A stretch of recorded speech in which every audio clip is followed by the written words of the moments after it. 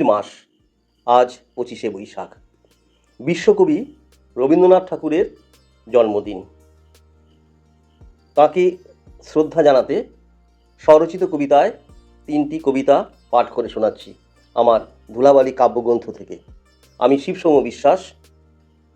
আমার প্রথম কবিতা রবীন্দ্রনাথ। রাস্তা দিয়ে যেতে যেতে গান করলেন শুরু। দিন যায়, রাত যায়, হলো শেষ অবসান।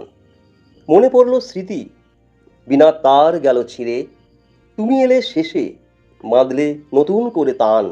নবীন গঙ্গার তীরে ঝুরু ঝুরু পাতাগুলো কাঁপিছে সমীরে।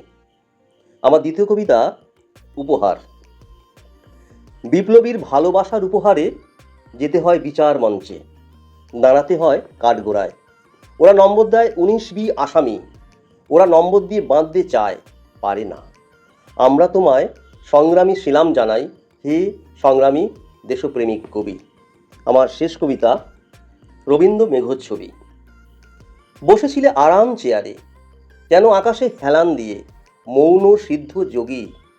নগরীর মুক্ত ছাতে বসে তোমাকে প্রত্যক্ষ করে ধন্য মুগ্ধ আমি। আমি নই, আরও কেউ আমার মতোই আরও উঁচু মুক্ত ছাদ থেকে দেখেছিল তোমার ধ্যানস্থ রূপ। জ্যোৎস্না প্লাবিত স্বর্গীয় বলয়ে শিল্পীর শিলিত টানে বন্দী হলে প্রবর্তকে। যেন উৎকীর্ণ শুভ্র মেঘচ্ছবি, মনোরম অশেষ বিস্ময়। তুমি বিশ্বকবি, বিশ্বপ্রেমী।